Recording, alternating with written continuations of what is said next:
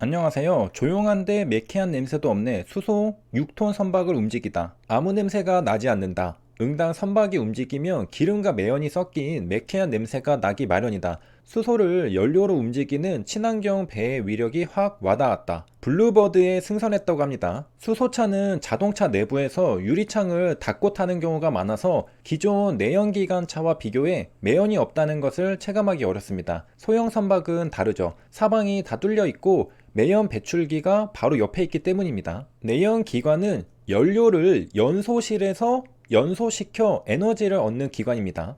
연소실은 연료와 공기 혼합물이 연소되는 내연기관의 일부죠. 연료와 공기가 섞이니까 화합물이 아니라 혼합물이라고 부릅니다.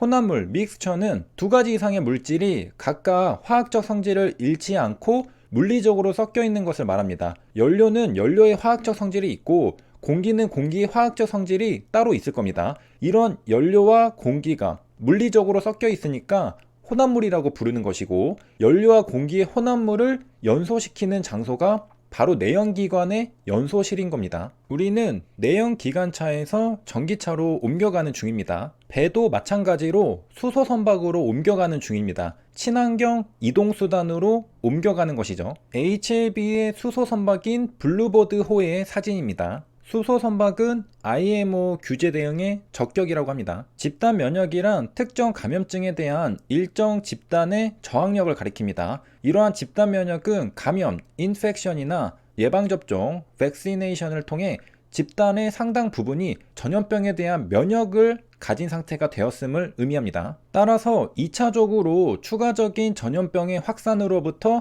비감염자에 대한 간접적인 보호가 가능해지는 상태를 말합니다. 한마디로 집단 내에서 다수가 면역을 가지고 있으면 전염병의 전파가 느려지거나 멈추게 됩니다. 그러니까 집단 면역이 달성되면 전염병의 전파는 느려지거나 멈춰야 합니다. 이러한 정의에 따르면 만약에 여전히 전염병의 전파가 현재 진행형이라면 집단 면역은 달성되지 못한 것이죠. 상식적으로 면역을 가진 개인의 비율이 높아질수록 면역력이 없는 사람이 감염될 확률이 낮아지게 됩니다. 그렇다면 집단 면역이 효과를 보려면 구성원에 얼마가 면역을 보유해야 할까요? 보통 집단 면역이 효과를 발휘하기 위해서는 구성원의 60에서 70% 이상이 항체를 보유해야 하는 것으로 전문가들은 제안하고 있습니다. 집단 면역은 모든 질병에 적용되는 것이 아니라 한 개인에서 다른 개인으로 전염되는 전염병에만 적용됩니다. 예컨대 파상풍은 감염병이긴 하지만 전염성이 없기 때문에 집단 면역이 작용하지 않습니다.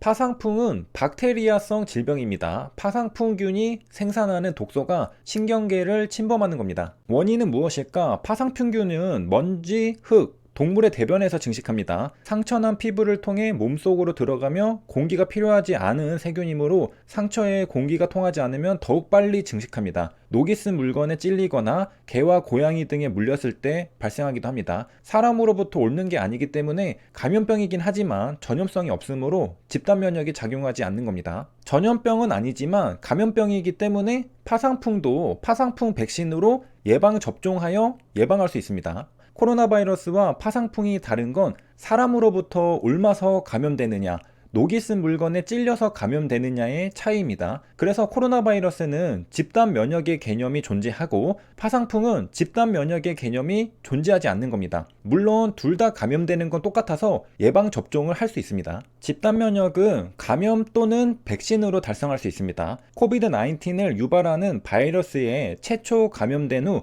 90일 이내에 다시 감염되는 것은 흔하지 않다고 합니다. 이 경우는 감염으로 인해 자연 면역이 생기는 것이죠. 그런데 이왕이면 감염으로 면역이 생기기보다는 백신 접종으로 면역이 생기는 걸 사람들은 바랄 겁니다. 그렇다면 백신 접종을 통해 달성할 수 있는 집단 면역은 언제 가능한가? 집단 면역을 위해 백신 접종을 해야 하는 인구의 비율은 질병에 따라 다르다고 합니다. 예를 들어 사람 간에 쉽게 전염되는 홍역에 대한 집단 면역은 인구의 약 95%가 백신 접종을 해야 하며 소아마비의 경우 백신 접종률은 약 80%에 도달해야 한다고 합니다. 만약 홍역의 경우 백신 접종률이 80%라면 집단 면역은 될까요? 안 되겠죠.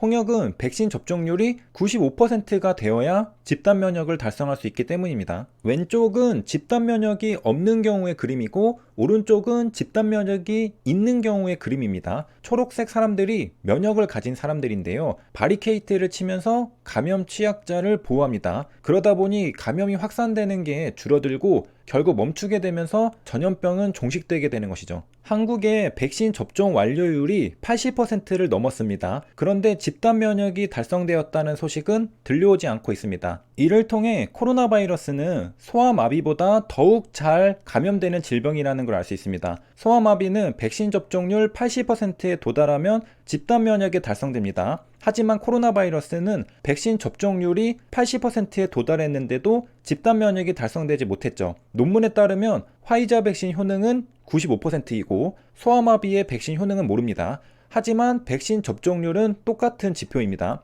소아마비는 백신 접종률이 80%에 도달하면 집단 면역이 됩니다.